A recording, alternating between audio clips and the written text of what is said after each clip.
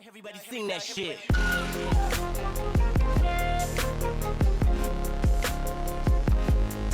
Shit. Assalamualaikum warahmatullahi wabarakatuh. Ketemu kembali dengan saya, itu dalam seri kuliah teknik tenaga listrik untuk materi 1, yaitu tentang konsep dasar besaran listrik. Pengertian listrik dan besaran-besarannya. Hampir semua umat manusia di dunia itu menggantungkan berbagai macam aktivitasnya pada tenaga listrik. Dari mulai penerangan sampai mesin-mesin produksi, semuanya saat ini telah mengandalkan energi listrik sebagai sumber tenaga penggeraknya. Jadi, tanpa energi listrik, kehidupan manusia saat ini akan mengalami banyak kemunduran ataupun hambatan. Nah, energi listrik pada dasarnya adalah merupakan salah satu bentuk energi yang dapat dimanfaatkan sebagai sumber energi lainnya, dapat diubah menjadi dalam bentuk energi lainnya. Contohnya ada untuk keperluan rumah tangga, di sini banyak sekali kipas angin, semua kulkas, semua itu adalah memerlukan listrik dan penerangan, ya. Begitu juga untuk di industri, juga hampir semuanya memerlukan yang namanya yaitu energi listrik. Nah, sekarang pertanyaannya, apakah listrik itu? Rangkaian listrik adalah suatu rangkaian yang menyebabkan suatu aliran elektron secara merata dan terus-menerus, ya. Jadi secara teknis dalam rangkaian tersebut tersedia sumber elektron dan tujuan sehingga menjadi aliran secara terus-menerus. Bisa kita gambarkan seperti ini.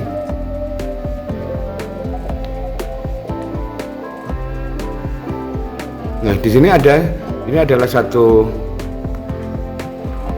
material, ya, logam atau apa, atau kalau biasanya ini adalah alat kita yang, sehingga di sini pada rangkaian di sini ini adalah bisa terjadi, misalkan seperti ini adalah untuk kipas, ya, atau ini sebagai, nah ini adalah sebagai sumbernya karena ada sumber daya atau tegangan, ya. Ini kalau di sini kita gambarkan sebagai baterai, maka di situ akan terjadi suatu aliran elektron yang terus menerus. Nah, kalau kita lihat di sini yang kecil-kecil ini adalah satu aliran elektron, berarti dia dari positif menuju ke negatif. Tapi untuk proton ini yang besar, ini adalah kalau di dalam elektronik dan disebut sebagai lubangnya, maka dia akan bergerak dari positif menuju ke negatif. Nah, itu adalah kebalikannya, ya. Jadi, dan biasanya kalau kita menganalisis, biasanya yang kita analisis adalah dari positif menuju negatif, ya. Sebenarnya hasil itu sama saja kalau kita analisis dari elektronnya, ya. Cuma nilainya nanti akan satunya ketemu negatif, satunya positif. Itu yang membedakan. Nah, besaran listrik. Besaran listrik yang sering digunakan adalah tegangan listrik merupakan Tegangan listrik merupakan perbedaan potensial listrik yang terjadi pada dua titik yang ada dalam suatu rangkaian listrik. Jadi rangkaian itu masih rangkaian tertutup, ya. Tegangan listrik biasanya dinyatakan dalam satuan volt dan dihitung ataupun diukur dengan menggunakan voltmeter. Sedangkan besaran yang kedua adalah arus listrik.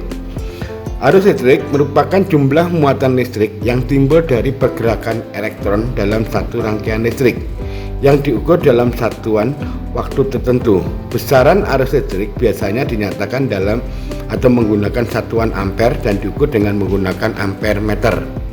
Atau biasanya kalau di dalam fisika dikatakan besar listrik itu tidak lain adalah jumlah elektron yang mengalir per satuan waktu. Sama, ya, definisinya. Sedangkan yang ketiga adalah hambatan listrik.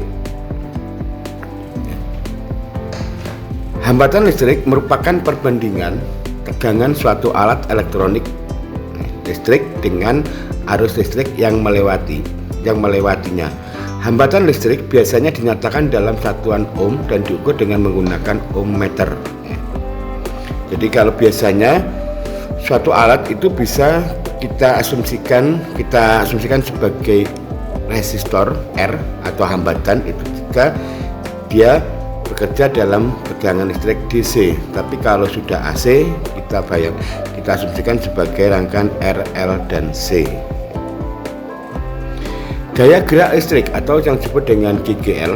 GGL adalah gaya gerak listrik, merupakan besarnya energi listrik yang dapat diubah menjadi bukan listrik ataupun besaran energi lainnya yang dapat diubah menjadi energi listrik. Ya.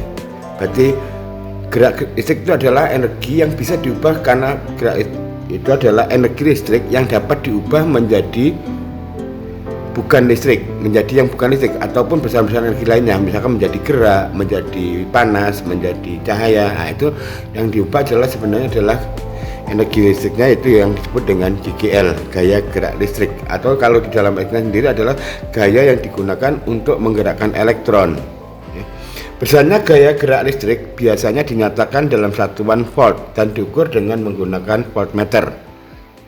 Bedanya antara tegangan dan GGL itu sebenarnya kalau di dalam di dalam DC itu biasanya antara besar tegangan listrik dan gaya gerak listrik itu sama. Ya. Tapi karena besar, ya sebenarnya kalau kita lihat dari skala vektor memang berbeda, dia hanya arahnya negatif dan positif, tapi besarnya sama. Biasanya yang kita ukur kalau kita membuat alat adalah besarnya. Sedangkan kalau di dalam AC sebenarnya di situ biasanya orang membedakan apa itu GGL dan itu, tapi sebenarnya GGL itu adalah kebalikan dari tegangan. Untuk memahami listrik akan digunakan, ya, untuk memahami listrik yang lebih jauh akan kita gunakan yaitu analogi aliran air agar lebih mudah untuk dipahami. Anggap kita mempunyai suatu pipa yang di dalamnya penuh dengan air. Kita namakan ujung kiri pipa yaitu dengan titik A dan ujung kanan kita namakan titik B. Nah, kita gambarkan seperti berikut. Seperti ini ada titik A dan titik B. Nah, kalau kita lihat di sini, air tidak akan mengalir. Ya. Air di dalam pipa di atas diam atau tidak mengalir. Mengapa? Karena posisi pipa tersebut diletakkan secara mendatar. Ya. Bagaimana supaya air itu mengalir? Bagaimana supaya airnya mengalir? Nah, kita tahu bahwa air mengalir dari tempat yang lebih tinggi ke tempat yang lebih rendah. Nah, supaya mengalir, atau kalau gitu kita naikkan saja ujung titik A dan dari pipa. Ya, kalau kita lihat ini titik A kita naikkan, maka titik B. Karena B posisinya di bawah dari A, maka dia akan terjadi aliran air, berarti airnya akan mengalir. Air mengalir karena adanya beda energi potensial pada kedua ujung. Berarti yang bisa mengalirkan air itu adalah energi potensial, adanya perbedaan tinggi. Atau kalau bisa, atau dengan cara lain yaitu kita pasang pompa. Karena adanya pompa maka dia ada energi yang untuk gunanya adalah menekan airan sebelah sini sehingga akan terjadi aliran. Berarti air mengalir karena adanya tambahan energi atau tekanan dari pompa. Mari kita amati gambar berikut. Jadi, di sini airnya adalah satu sama yang lain, ini posisinya mendatar pipanya, yang kita amati pipanya. Yang ini adalah posisi satunya di atas sebagai sumber, ini sebagai tandon atau sebagai sumber. Ya. Maka dengan sini akhirnya akan mengalir.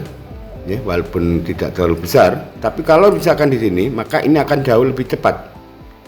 Ya, berarti ini adalah titik A dan B karena jaraknya jauh ketinggiannya. Nah, dari sini peristiwa air mengalir kita analogikan sebagai listrik.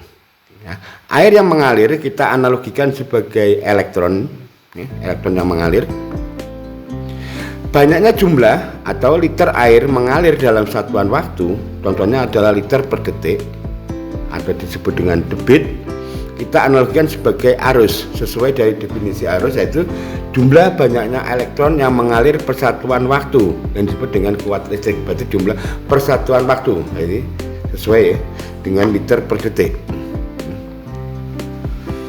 Perbedaan tinggi antara ujung A dan ujung B pada pipa kita analogikan sebagai sumber tegangan atau tegangan.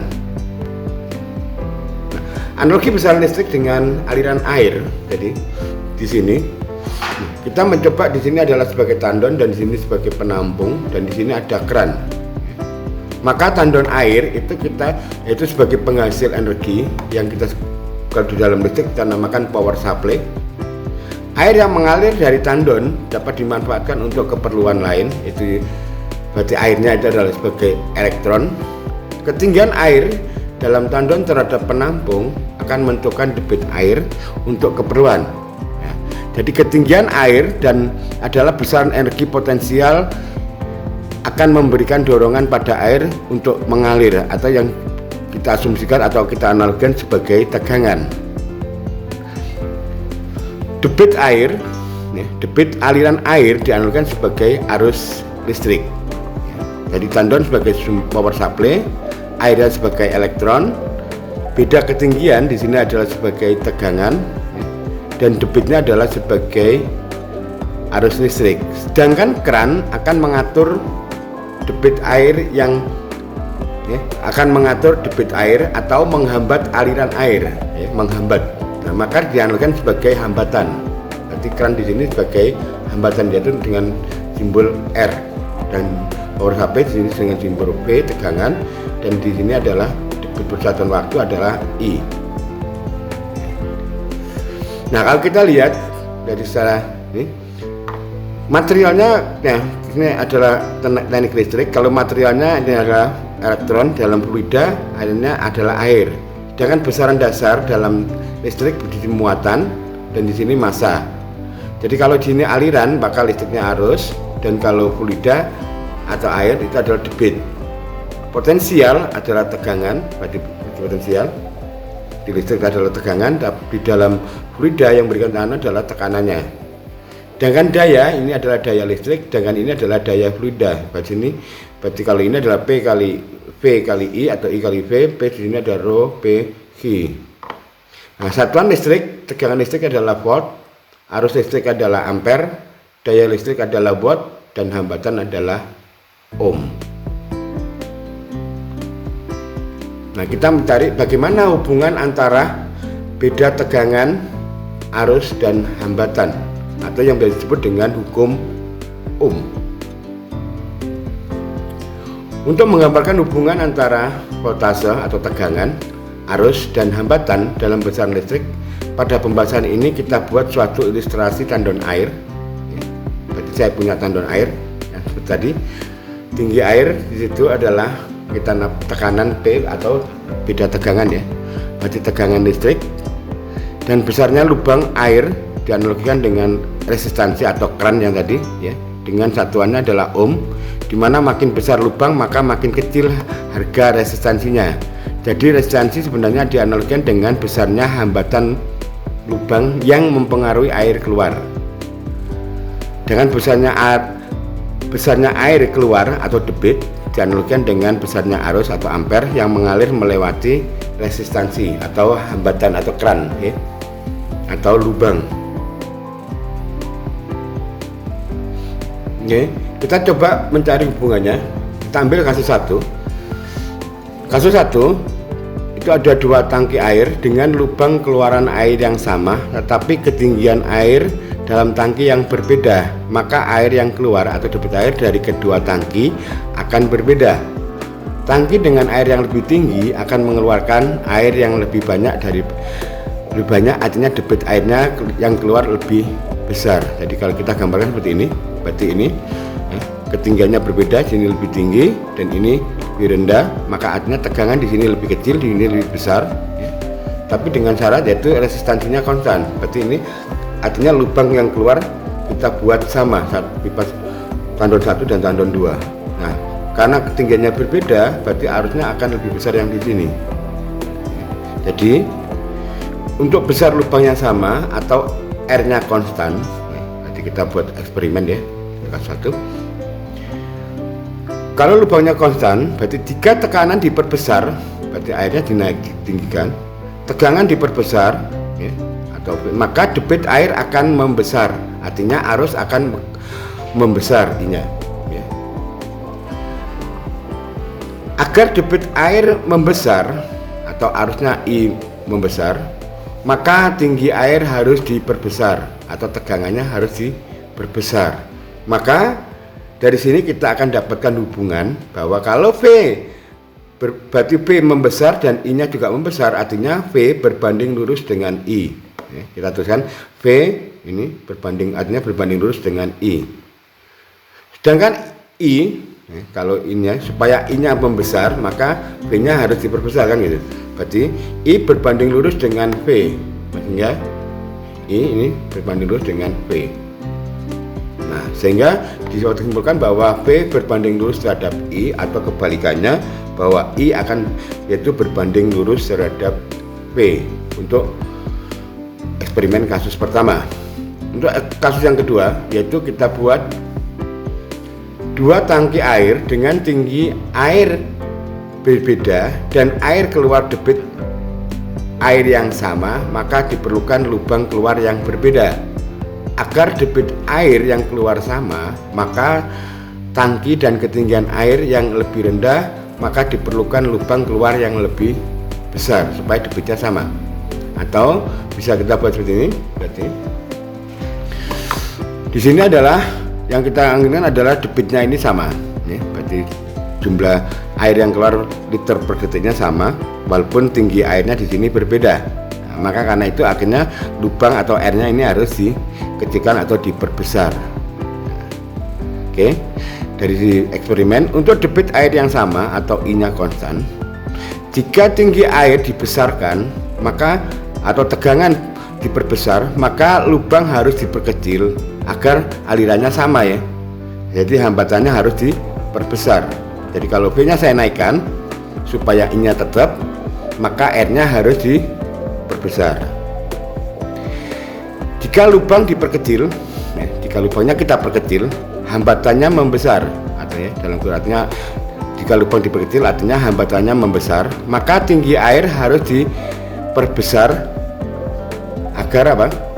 Arus yang keluar tetap sama. Artinya tegangan harus diperbesar supaya arus yang mengalirnya sama. Sehingga dapat disimpulkan dari situ untuk I konstan V, kalau V-nya membesar maka R-nya harus membesar. Sehingga didapatkan bahwa V berbanding lurus dengan R. Kalau R-nya diperbesar, artinya R-nya diperbesar maka V-nya juga membesar. Sehingga dikatakan bahwa R itu berbanding lurus dengan V. Artinya kesimpulannya V berbanding lurus terhadap R atau kebalikannya R berbanding lurus terhadap V. Kasus untuk eksperimen kasus kedua. Sedangkan untuk kasus ketiga, dua tangki air dengan tinggi air yang sama, dan lubang keluar yang berbeda, maka debit air yang keluar juga akan berbeda. Dengan ketinggian air yang sama dan lubang keluar yang diperkecil, maka resistansi akan meningkat. Artinya maka debit air yang keluar akan jauh lebih kecil ya, kalau kita gambarkan seperti ini ya. Berarti ketinggian airnya sama. Bagaimana? Nah, kalau kita perbesar arusnya, berarti arusnya itu yang keluar supaya besar dengan yang sama, maka lubang harus diperbesar atau airnya diperkecil. Atau kalau dengan tinggi yang sama, kalau ini kita perkecil, maka arusnya juga akan mengecil ya. Berarti kalau diperkecil artinya apa? Hambatannya diperbesar ya. Oke. Untuk tinggi air yang sama atau V konstan ya, jika debit air diperbesar, debit airnya diperbesar supaya debit airnya membesar, maka lubang harus diperbesar. Artinya hambatan harus diperkecil ya. Berarti agar dengan ketinggian yang sama, berarti tingginya tetap ini, supaya debit airnya besar, maka lubang harus dibesarkan. Artinya hambatannya diperkecil ya.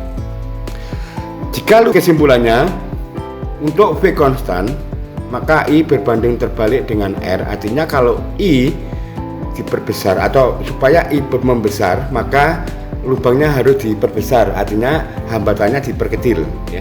Sehingga dikatakan bahwa I itu berbanding terbalik dengan R, atau dituliskan bahwa I berbanding lurus dengan 1/R ya. Kalau R-nya diperbesar, artinya lubang diperkecil, maka I akan mengecil ya. Berarti Berarti kalau begitu dikatakan bahwa R berbanding terbalik dengan I, atau R berbanding lurus dengan 1/I. Jadi harus kesimpulan bahwa I berbanding terbalik terhadap R, atau kebalikannya bahwa R berbanding terbalik terhadap I. Jadi kesimpulan dari eksperimen di atas tadi diambil dari kesimpulan yang satu adalah V berbanding lurus terhadap I, atau I berbanding lurus terhadap V. Yang kedua adalah V berbanding lurus terhadap R, atau kebalikannya R berbanding lurus terhadap V. Atau yang ketiga yaitu I berbanding terbalik terhadap R, atau R berbanding terbalik terhadap I, ya. Berarti berlaku bolak-balik, ya. Maka dari situ dapat disimpulkan bahwa kalau V berbanding lurus terhadap I dan V berbanding lurus dengan R, sehingga saya dapatkan bahwa V sama dengan I kali R. Berarti ini berbanding, berarti V berbanding lurus dengan I, V berbanding lurus terhadap R. I berbanding lurus dengan V, ya, dari sini, balik, ya. I berbanding lurus dengan V dan I berbanding terbalik dengan R, atau berbanding lurus dengan 1/R, sehingga saya dapatkan bahwa I sama dengan V per R, ya. Berarti I berbanding lurus dengan V dan berbanding terbalik dengan R. Untuk yang ketiga, berarti R berbanding lurus dengan V dan R berbanding terbalik dengan berbanding terbalik dengan I, atau R berbanding lurus dengan 1/I, sehingga dapat diambil kesimpulan bahwa R sama dengan V per I. Maka dari sini bisa disimpulkan bahwa ini adalah V sama dengan I kali R, atau I sama dengan V per R, atau R sama dengan V per I. Ini yang disebut dengan hukum Ohm. Nah, agar lebih mudah untuk menghafal atau memahamin, maka kita buat gambar semacam segitiga, di mana yang paling atas adalah V dan yang di bawah ini adalah I kali R, ya. Berarti V berbanding lurus dengan I dan R, berarti I berbanding terbalik dengan R, dan R berbanding terbalik dengan I, ya. Jadi kita buat segitiga supaya lebih mudah memahami. Nah, karena makanya untuk menggambarkan hubungan antara voltase, arus, dan resistansi dalam pesan listrik digunakan ilustrasi candaan air seperti di atas, atau dapat juga dilakukan eksperimen di laboratorium. Nah, kita buat suatu rangkaian seperti ini. Ini adalah sumber tegangan atau power supply yang bisa variabel, dan di sini ada satu hambatan atau resistor yang bisa variabel, berarti bisa diubah-ubah. Dan di sini adalah alat ukur ampere meter. Ampere meter, kita kalau ukur ampere meter arus, maka kita hubungkan secara seri. Tapi kalau tegangan V itu kita hubungkan secara paralel cara pakai, ya. Ini alat ukur V, ini voltmeter, ini ampere meter, ya. Maka dari sini kita gunakan untuk ukur. Nah, maka dari sini nanti kita lakukan eksperimen sebagai berikut dengan cara yang sama tadi. Untuk V konstan, jika R-nya diperbesar maka I-nya akan mengecil. Jika I akan membesar jika R-nya mengecil, ya. Begitu juga jika I-nya dibuat konstan, berarti jika V diperbesar maka dengan arusnya konstan maka R harus diperbesar. Jika R-nya diperbesar dan arusnya konstan maka V harus diperbesar. Artinya di sini R berbanding lurus dengan V. Begitu yang ini. Untuk R konstan, jika V diperbesar maka I akan membesar. R-nya konstan. Atau kalau I-nya akan membesar jika V-nya membesar. Sehingga dari sini dapatkan hasil eksperimen di atas, jika R diperbesar maka I akan mengecil. Jika I akan membesar maka R-nya harus dikecilkan. Jika V diperbesar dan arusnya konstan maka R harus diperbesar. Jika R diperbesar dan arusnya konstan maka V harus diperbesar. Jika V diperbesar maka I akan membesar. Jika I akan membesar, ya, I akan membesar jika V membesar. Nah, maka dari sini dapat disimpulkan dari 3 dan 5, ya, 3 dan 5 berapa? 3 di sini adalah V berbanding lurus dengan R, dan yang kelima V berbanding lurus dengan I, sehingga dapatkan V sama dengan I kali R. Dengan ini kita ambil yang 2, I akan membesar jika R-nya mengecil, berarti I berbanding terbalik dengan R atau berbanding lurus dengan 1/R. Dan yang 6 itu I akan membesar jika V-nya membesar, berarti I berbanding lurus dengan V, sehingga dapatkan bahwa I sama dengan V per R. Begitu juga yang ini, R akan berbanding terbalik dengan I, dan R berbanding lurus dengan V, sehingga saya dapatkan R sama dengan V per I. Nah, dari ini kita sebut yaitu dengan hukum Ohm. Sama ya. Jadi maka yang lebih mudah supaya ini gambarkan dalam bentuk segitiga, V di atas, di bawah E dan R. Nah, itulah. Jadi kita yakin bahwa di hukum Ohm itu bisa kita buktikan secara benar. Nah, bagaimana cara memakai hukum Ohm? Ya. Mana sini ada suatu rangkaian, ini ada lampu dengan hambatan yang kita ukur adalah 3 ohm, sedangkan tegangan yang kita berikan adalah 12 volt. Pertanyaannya berapa arus yang mengalir?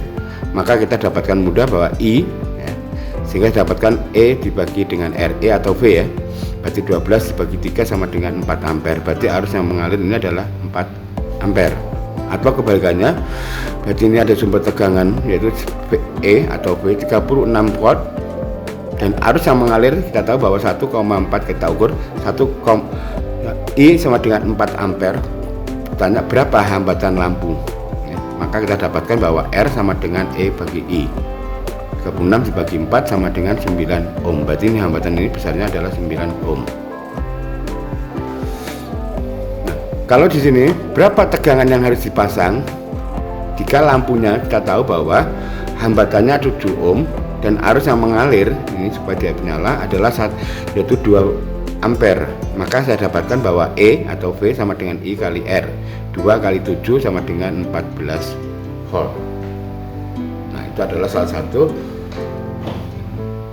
bagaimana menggunakan hukum Ohm untuk menghitung atau mendesain suatu rangkaian. Atau kita bisa, kalau dari segitiga cara mengaplikasikannya, nah, maka dari sini kita dapatkan, kalau saya mencari ini segitiga, kalau saya mencari R, R-nya kita coret dulu, kita keluarkan R, coret, maka yang atas E di bawahnya I, maka R sama dengan E per I. Ya. Begitu saya mencari I, berarti I-nya saya coret, berarti saya keluarin di sini, maka saya dapatkan E di atas, R-nya di bawah, ya. Berarti E per R. Nah, sedangkan kalau E-nya keluarin, maka saya dapatkan I dan R sama, ya, ada yang di atas dan di bawah, sama, maka E sama dengan I kali R, sama ya.